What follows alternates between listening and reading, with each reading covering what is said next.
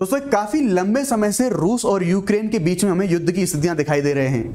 अगर इस बदलते दौर में हम बात करें तो इस युद्ध में कभी हमें अप्स एंड डाउन्स भी देखने को मिले हैं, लेकिन अभी हाल फिलहाल में जो मेजर मीडिया आउटलेट्स हैं वहां पर हमें कुछ ऐसे आर्टिकल्स, ऐसी न्यूज देखने को मिली है कि रूस के द्वारा एक बड़ी चेतावनी, हम कह सकते हैं कि रूस ने अपनी जो न्यूक्लियर डॉक्ट्रिन है उसमें कुछ घोषणाएं करी हैं। रूस ने दरअसल कुछ आदेश जारी किए हैं परमाणु हमले को लेकर। बात करेंगे डिटेल में कि अगर परमाणु हमला किया जाता है रूस के द्वारा या फिर किसी अन्य शक्ति के द्वारा तो क्या क्या नुकसान हो सकते हैं, ना सिर्फ उन दो देशों में बल्कि पूरे विश्व को इसका खामियाजा भुगतना पड़ सकता है। दरअसल अभी विभिन्न मीडिया आउटलेट्स में हमें बहुत सारे आर्टिकल्स, बहुत सारी न्यूज़ेस देखने को मिली हैं कि किस प्रकार रूस के राष्ट्रपति व्लादिमीर पुतिन के द्वारा अपनी जो उनकी न्यूक्लियर डॉक्ट्रिन है उस न्यूक्लियर डॉक्ट्रिन पर नया आदेश जो है उस पर हस्ताक्षर करे गए हैं।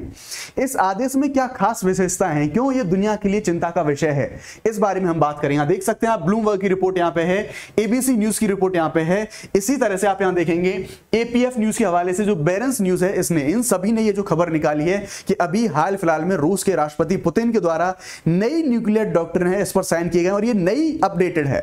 दरअसल यूएस में जो इलेक्शंस हुए उससे पहले सितंबर के टाइम पे हम अगर देखें तो रूस के राष्ट्रपति के द्वारा ये घोषणा करी गई थी कि किस तरह से वो अब आने वाली जो उनकी नई न्यूक्लियर डॉक्ट्रिन है उसमें वो चेंज करने वाले हैं। और इसी चीज को देखते हुए अभी यूएस में इलेक्शंस हैं वो कंप्लीट हुए हैं, उसके तुरंत बाद ही हमें ये जो डॉक्ट्रिन है इसमें बदलाव देखने को मिलता है। आगे फ्यूचर की बात करें तो किस तरह से विश्व में या फिर इस स्तर पर जो तनाव है वो बढ़ सकता है या फिर ये जो ऐसे आदेश जारी करे गए हैं इन पर कैसे नियंत्रण लाया जा सकता है, बात करेंगे। नमस्कार, मैं हूं आपका दोस्त शुभम सिसोदिया और let's crack UPSC CSE Hindi पे स्वागत है। आगे अगर हम बढ़ें तो आगे बढ़ने से पहले आपके लिए कुछ जो इंपॉर्टेंट इंफॉर्मेशन है अनअकैडमी की तरफ से। यूपीएससी एग्जाम के लिए सिविल सर्विस चैंपियनशिप टेस्ट है, इस टेस्ट को आयोजित कराया जा रहा है। 24 नवंबर को यह टेस्ट होने वाला है, 2 शिफ्ट में होगा, 11 AM और 5 बजे शाम को। इनके बारे में अगर हम बात करें तो देखेंगे यहाँ पर आपको 90% जो स्कॉलरशिप है इसका आप मौका पा सकते हैं, साथ में कुछ बहुत सारे जो रिवार्ड हैं वो भी आपके लिए यहाँ पर होंगे। और यहाँ पर देख सकते हैं कि जो हमारे सीनियर एडुकेटर्स हैं उनके द्वारा किस तरह से जो विजेता लोग हैं उनको जो रिवॉर्ड्स हैं ये रिवॉर्ड्स दिए जा रहे हैं। ज्यादा जानकारी हासिल करने के लिए 8585 जो अनअकैडमी का नंबर है इस पर आप कॉल करके सारी जानकारी हासिल कर सकते हैं। इसी के साथ साथ अनअकैडमी के जो यूपीएससी 2026-27 को लेके जो नए बैचेस हैं इंग्लिश और हिंदी में, इन बैचेस को भी आप अवेल कर सकते हैं। आपको मेरा कोड यूज करना होगा एंड द कोड इज शुभ50। इसके माध्यम से आपको जो मैक्सिमम डिस्काउंट है वो मैक्सिमम डिस्काउंट आप अवेल कर सकते हैं। चलिए शुरुआत करते हैं, जानेंगे पूरा मामला क्या है, क्या इस आदेश में जारी करा गया है जो रूस के राष्ट्रपति व्लादिमीर पुतिन के द्वारा जो डॉक्ट्रिन नई अपडेटेड जारी करी गई है, जो आदेश जारी करा गया है, इसको देख लेते हैं। दरअसल पुतिन ने परमाणु हथियारों के व्यापक उपयोग को, यानी कि रूस अब अपने जो कभी कोई हमला हुआ रूस के ऊपर, डिटेल में बात करेंगे, यहां पर देखेंगे तो वो परमाणु हमले में उसका जवाब देने के लिए व्यापक रूप से परमाणु हथियारों का उपयोग कर सकता है, ऐसा राष्ट्रपति व्लादिमीर पुतिन के द्वारा ये आदेश है, ये जारी करा गया है। इस पर जो साइन किए गए हैं अभी हाल फिलहाल में, राष्ट्रपति व्लादिमीर पुतिन ने एक संशोधित परमाणु सिद्धांत जिसे न्यूक्लियर डॉक्ट्रिन बोल रहे हैं, और ये न्यूक्लियर डॉक्ट्रिन कैसी है, ये अपडेटेड डॉक्ट्रिन है, इस पर अभी हाल फिलहाल में इनके द्वारा साइन करा गया है और इसको मंजूरी दे दी है। इस न्यूक्लियर डॉक्ट्रिन में क्या बोला गया है ये चीज जानने वाली है। तो इसमें डॉक्ट्रिन में बोला गया है कि यदि भले ही रूस के ऊपर अगर किसी कंट्री के द्वारा ट्रेडिशनल तरीके से हमला किया जाता है, लेकिन वो ट्रेडिशनल हमला किसी न्यूक्लियर पावर के द्वारा समर्थित है, कोई न्यूक्लियर शक्ति वाला देश उसको सपोर्ट कर रहा है, तो इसको एक संयुक्त हमला माना जाएगा और ऐसे हमले का जवाब रूस परमाणु हमले से दे सकता है। ऐसा अभी जो आदेश है ये रूस के राष्ट्रपति व्लादिमीर पुतिन के द्वारा जारी करा गया है। दरअसल मंगलवार को यानी आज ही के दिन राष्ट्रपति पुतिन ने ये जो अपडेटेड परमाणु सिद्धांत है इसको मंजूरी दी है। ये जो डॉक्यूमेंट है पूरा, ये डॉक्यूमेंट गवर्नमेंट की जो ऑफिशियल वेबसाइट है इस ऑफिशियल वेबसाइट पे मौजूद है, वहां पर इसको प्रकाशित करा गया है। अमेरिका में नवंबर में अभी हाल फिलहाल में जो राष्ट्रपति चुनाव हुए हैं वहां पर कुछ ही सप्ताह पहले पुतिन ने यह घोषणा करी थी कि वो अपनी न्यूक्लियर डॉक्ट्रिन में बदलाव का आदेश देंगे और ऐसा उन्होंने किया है। ऐसा ही उन्होंने किया है जैसा उन्होंने पूर्व में घोषणा करी, जैसा मैंने बताया था सितंबर से जो सारा बैकग्राउंड है इसका जो बैकग्राउंड चलता आ रहा था। अब सिर्फ ये नहीं कि परमाणु हमले की ही चेतावनी कोई दी जा रही है, फिर परमाणु हमले की जो आदेश हैं वैसे उस पर साइन करे जा रहे हैं कि व्यापक रूप से कुछ ऐसा देखा जा सकता है। रूस और यूक्रेन के बीच में जो युद्ध चल रहे हैं वहां पर आपको व्यापक रूप से जो रोबोट्स हैं इनका भी इस्तेमाल देखने को मिलेगा। अब हम अगर बैकग्राउंड के तौर पर जाने तो हम देखेंगे कि अभी हाल फिलहाल में देखें तो रूस और यूक्रेन के बीच में लगभग 1000 दिन जो युद्ध होते रहे, हम 1000 दिन देख रहे हैं, इनके बारे में बात करी गई है। पूरा अपडेट मामला देखेंगे कि किस तरह से क्या क्या चीजें आज के टाइम की क्या कंडीशन है, हम उनको देख लेते हैं। यहां पर आप फर्स्ट पोस्ट का ये आर्टिकल देख सकते हैं, 1000 day of Russia Ukraine war and the role of robots. यानी कि ये एक बड़ी चिंता व्यक्त की जा रही है साथ में, यानी कि 1000 दिन हो चुके हैं। साथ ही जो रोबोट्स का इस्तेमाल है वो हमें बहुत ज्यादा देखने को मिल रहा है रूस और यूक्रेन के बीच युद्ध में। क्यों? क्योंकि ये जो पॉपुलेशन है वो पॉपुलेशन कम हो रही है। क्यों? क्योंकि जो युद्ध चल रहा है, ऑलरेडी युद्ध में बहुत सारे लोग मारे जा चुके हैं, बहुत सारे लोग माइग्रेट कर रहे हैं देश छोड़ के या फिर उस जगह को छोड़ के जा रहे हैं।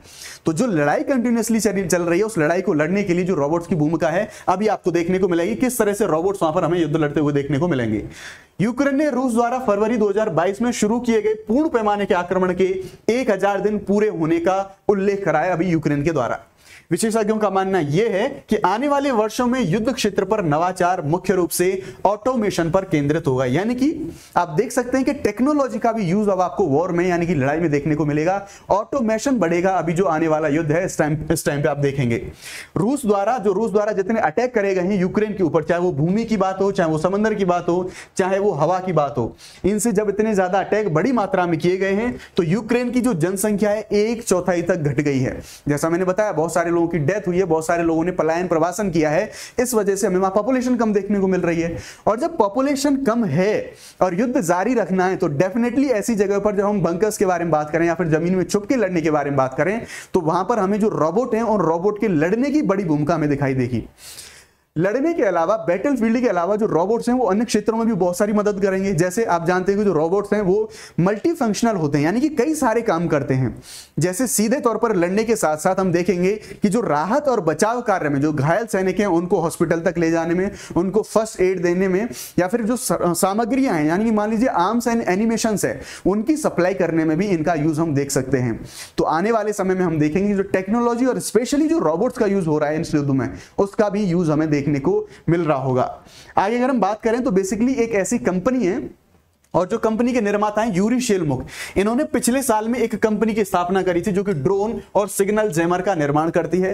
इन्होंने बताया कि 2023 में यूक्रेन में बड़े पैमाने पर काउंटर ऑफेंसिव के असफल होने के बाद रूस ने ड्रोन और बारूदी सुरंगों का बड़े पैमाने पर यूज किया है। यानी कि जब सामने देखने को मिला कि जब रूस और यूक्रेन में जब बीच में युद्ध हो रहा था तो उस टाइम पर इनके द्वारा, रूस के द्वारा जो ड्रोन्स का इस्तेमाल है, जो ड्रोन अटैक्स हैं उनकी संख्या बढ़ा दी। और आने वाले टाइम पर अभी हम बात कर रहे हैं ड्रोन के साथ साथ जो रोबोट्स हैं, रोबोट्स को भी एक्टिव सेक्टर में किया जाएगा। आगे हम देखें तो यूक्रेन में 160 से ज्यादा कंपनियां बिना चालक वाले ग्राउंड व्हीकल्स का उत्पादन कर रही हैं जो कि मशीन गन ले जाने में कैपेबल हैं, आपूर्ति पहुंचाने में, यानी कि रसद हुआ, दवाइयां हुई, फर्स्ट एड की चीजें हुई, आर्म्स एंड एनिमेशंस हुआ, गोला बारूद रहा, इनकी सप्लाई करने में ये जो है मदद करेंगे। साथ ही जो घायल लोग हैं इनको बाहर निकालने में ये सक्षम है। यानी कि अब जो इनोवेशन है, जो टेक्नोलॉजी है, उस टेक्नोलॉजी का यूज ज्यादा किया जाएगा। और ये देखने वाली बात होगी अगर टेक्नोलॉजी का यूज अगर हम इस्तेमाल करते हैं युद्ध में तो फिर ये कितनी घातक हो सकती है। इसके अपने अलग अलग सेक्टर्स में नैतिक परिणाम होंगे, मानवीय जो दुष्परिणाम होंगे वो अपने आप में एक चर्चा का विषय बन जाएगा। आर्म्स मंत्री हरमन स्मेटारिन इनके अनुसार निकट भविष्य में युद्ध का मुख्य दिशा स्वचालन यानी कि ऑटोमेशन, आने वाले टाइम पे फ्यूचर में जो युद्ध होंगे वो ऑटोमेशन के और रोबोट्स के हमें देखने को मिलेंगे। ये लोगों की जान बचाने के लिए आवश्यक है। यानी कि इनके द्वारा ये तर्क दिया गया है कि जो लोगों की, सैनिकों की मौत होती है उससे बेहतर है कि रोबोट्स और ऑटोमेशन का इस्तेमाल किया जाए लड़ाई में। यूक्रेन ने अपने रक्षा उद्योग को आधुनिक बनाने के लिए लगभग $1.5 बिलियन का ये निवेश किया है। ये अभी ऑटोमेशन के लिए निवेश कर रहा है यूक्रेन, क्योंकि अभी तक हम देखेंगे तो अपने पास तो यूक्रेन का इतना प्रोडक्शन नहीं है। यूक्रेन अपने हथियारों के लिए, अपने आर्म्स एंड एनिमेशंस के लिए जो वेस्टर्न कंट्रीज हैं उनके ऊपर हमें डिपेंडेंट देखने को मिलता है। वायु रक्षा, मिसाइलों और गोले के लिए जो पश्चिमी भागीदार इसके जो देश हैं, यूक्रेन उनके ऊपर निर्भर हमें दिखाई देता है। अब रशिया के द्वारा ये जो डॉक्ट्रिन है इसको साइन तो किया गया है, लेकिन देखने वाली बात ये हुई कि विश्व में जो कुछ मध्यस्थ हैं उनकी भूमिका क्या हो सकती है और आगे आने वाले समय में किस तरह से इस तनाव को रोका जा सकता है। सो आई होप वीडियो आपको पसंद आया होगा। जानकारी अगर आपको अच्छी लगी तो वीडियो को लाइक जरूर करें। Thank you very much. Jai Hind, bye bye, let's crack it.